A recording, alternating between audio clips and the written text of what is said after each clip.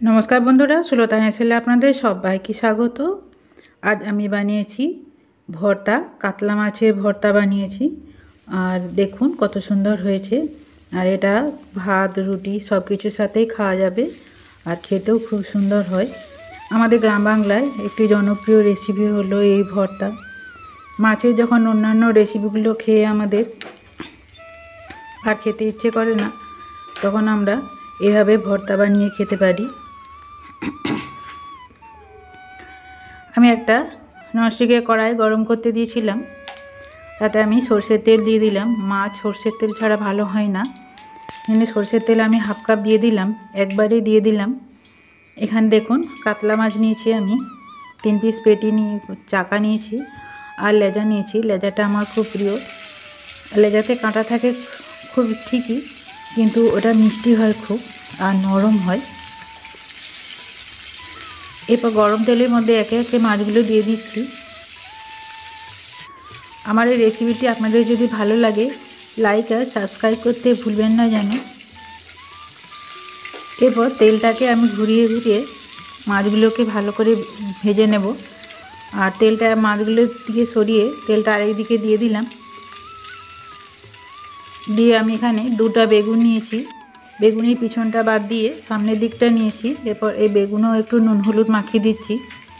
আর মাছটাকেও আমি নুন হলুদ দিয়ে মাখিয়ে রেখেছিলাম। এরপর বেগুনের উপর খুব ভালো করে নুন হলুদটা মাখিয়ে আমি যে সাইডে তেলটা দিয়েছি ওই সাইডে আমি একে একে দিয়ে দেব।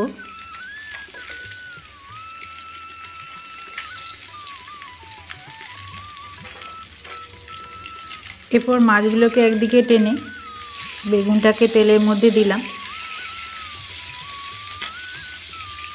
এরপর মাছগুলো একটু করে উল্টে দেব।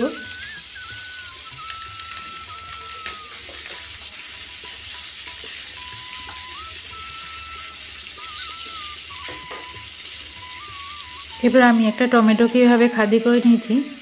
এতেও একটু নুন হলুদ মাখিয়ে দিলাম ওই বাটিতেই।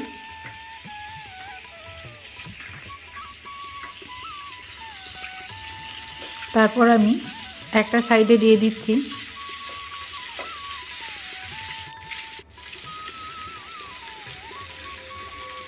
দিয়ে এটাকে আমি আস্তে আস্তে ভেজে নেব।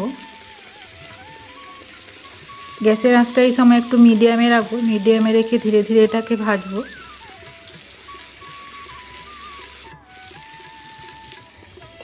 এরপর আমি 2 মিনিটের জন্য ঢেকে দেব। 2 মিনিট পরে ফিরে এলাম।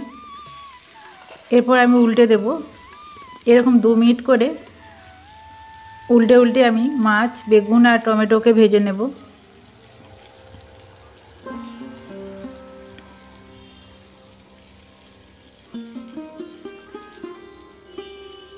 বেগুনগুলো দেখুন ভাজা হয়ে এসছে। আর এদিকে টমেটোটাও নরম হয়ে গেছে।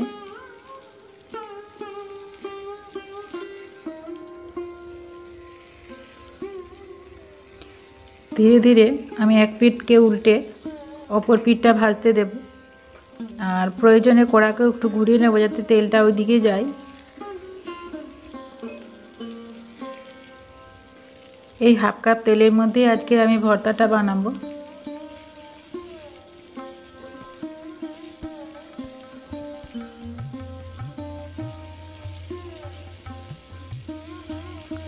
সব মাছগুলোই একটু একটু করে উল্টে আমি ভেজে নিচ্ছি।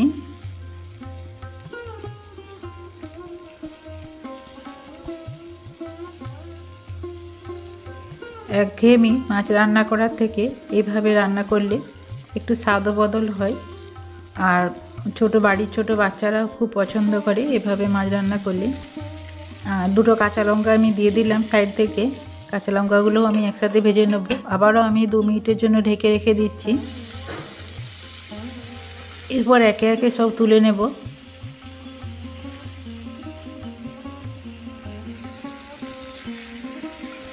আমার এই রেসিপিটি এই পর্যন্ত যারা দেখেছেন তারা যদি একটা লাইক দিতে ভুলে গেছেন, প্লিজ একটা লাইক দিয়ে ভিডিওটি কন্টিনিউ করবেন।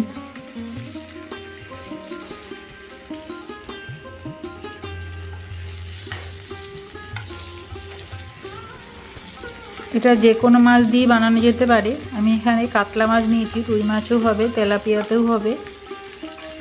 আপনারা মাছটা আপনাদের পছন্দ মতো নিয়ে নিতে পারেন।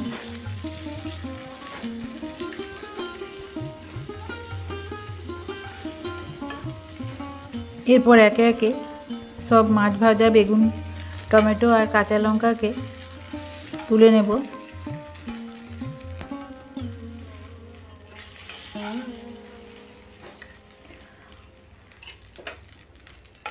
এরপর যে তেলটুকু ছিল তার মধ্যে লঙ্কাটাও একটু ভেজে নিলাম। এরপর এটাকে ঠান্ডা করে ধীরে ধীরে আমি কাঁটাগুলো বের করে নেব।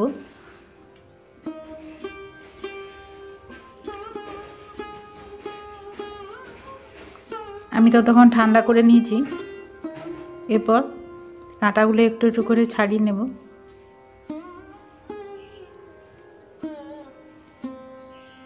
কাতলা মাছে যেহেতু খুব বেশি কাঁটা নেই, শুধু বড় কাঁটাই আছে, আর লেজার দিকটায় বড় বড় কাঁটা আছে, তাই ছোট কাঁটা থাকার সম্ভাবনা নেই।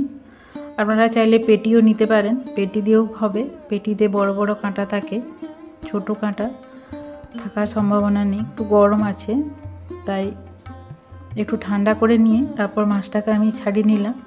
আর এই যে দেখুন, আমার লঙ্কাগুলো খুব ঝাল আছে, লঙ্কাগুলো আমি চটকে নিচ্ছি।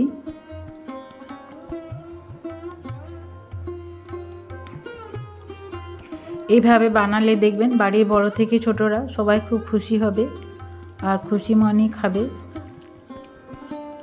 বিশেষ করে যারা ভর্তা খেতে ভালোবাসেন তাদের তো খুবই ভালো লাগবে।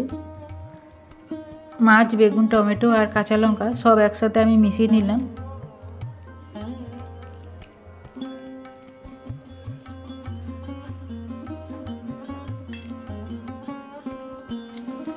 এভাবে বানিয়ে তো আমার ছেলে মেয়েকে দিয়েছিলাম, তারা তো দিব্যি খেয়ে নিল পুরোটাই।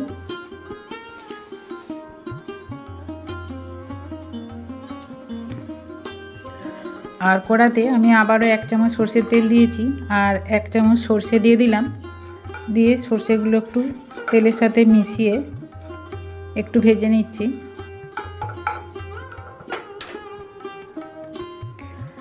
এরপর ছোট চামচের 1 চামচ কাশ্মীরি লঙ্কার গুঁড়ো দিয়ে দিলাম, জিরা গুঁড়ো দিয়ে দিলাম, ধনে গুঁড়ো দিয়ে দিলাম। দিয়ে আবার একটু ভালো করে মিশিয়ে নিচ্ছি।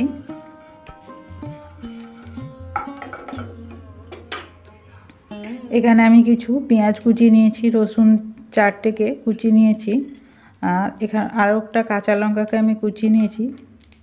ঝালটা আপনাদের স্বাদ মতো দেবেন, আমার লঙ্কাগুলো খুব ঝাল আছে তাই পরিমাণে কম দিলাম। আর 2টো পেঁয়াজকে আমি এভাবে কুচিয়ে নিয়েছি। দিয়ে মশলার সঙ্গে মিশিয়ে পেঁয়াজগুলো নরম হওয়া পর্যন্ত একটু ভেজে নেব।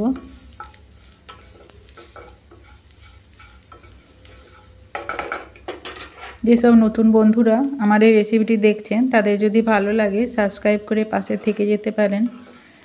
এই সময় আমি নুন দিয়ে দিলাম, কিন্তু নুনটা জেনে বুঝে দিতে হবে, কারণ বেগুন আর মাছে আমি ভাজার সময় নুন মাখিয়ে রেখেছি, তাই শুধু এখানে পেঁয়াজের পরিমাণ অনুযায়ী আমি নুনটা দিলাম।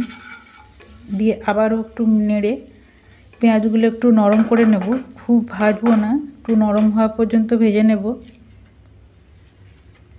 এরপরে চটকে রাখা মাছটাকে আমি দিয়ে দিচ্ছি।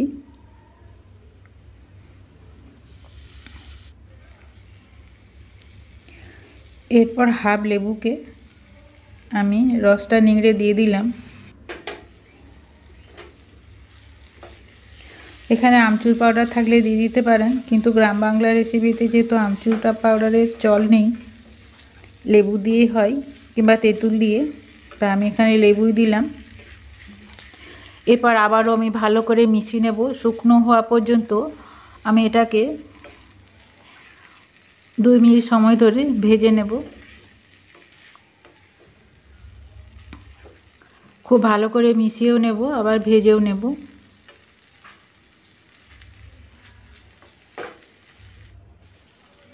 এরপর আমি হাফ চামচ গোলমরিচের গুঁড়া দিয়ে দিচ্ছি। এতে মাছের যে আঁশটে গন্ধ থাকে সেই গন্ধটাকে ঢেকে দেবে। এটা আমার হয়ে গেছে। এরপর আমি গ্যাসটা বন্ধ করে দিলাম।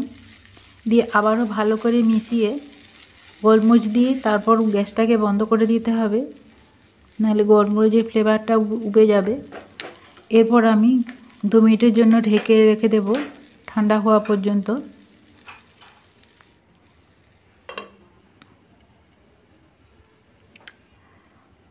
এই যে দেখুন নামিয়ে নিয়েছি আমি, এটা আমার ঠান্ডা হয়ে গেছে। এরপর একটু সাজিয়ে নিই। আমার এই রেসিপিটি ধৈর্য ধরে দেখার জন্য আপনাদের অসংখ্য ধন্যবাদ। আমি আশা করব এইভাবে আপনারা একদিন বানিয়ে খাবেন, আর অবশ্যই আমাকে কমেন্টে জানাবেন কেমন লাগলো আমার এই রেসিপিটি।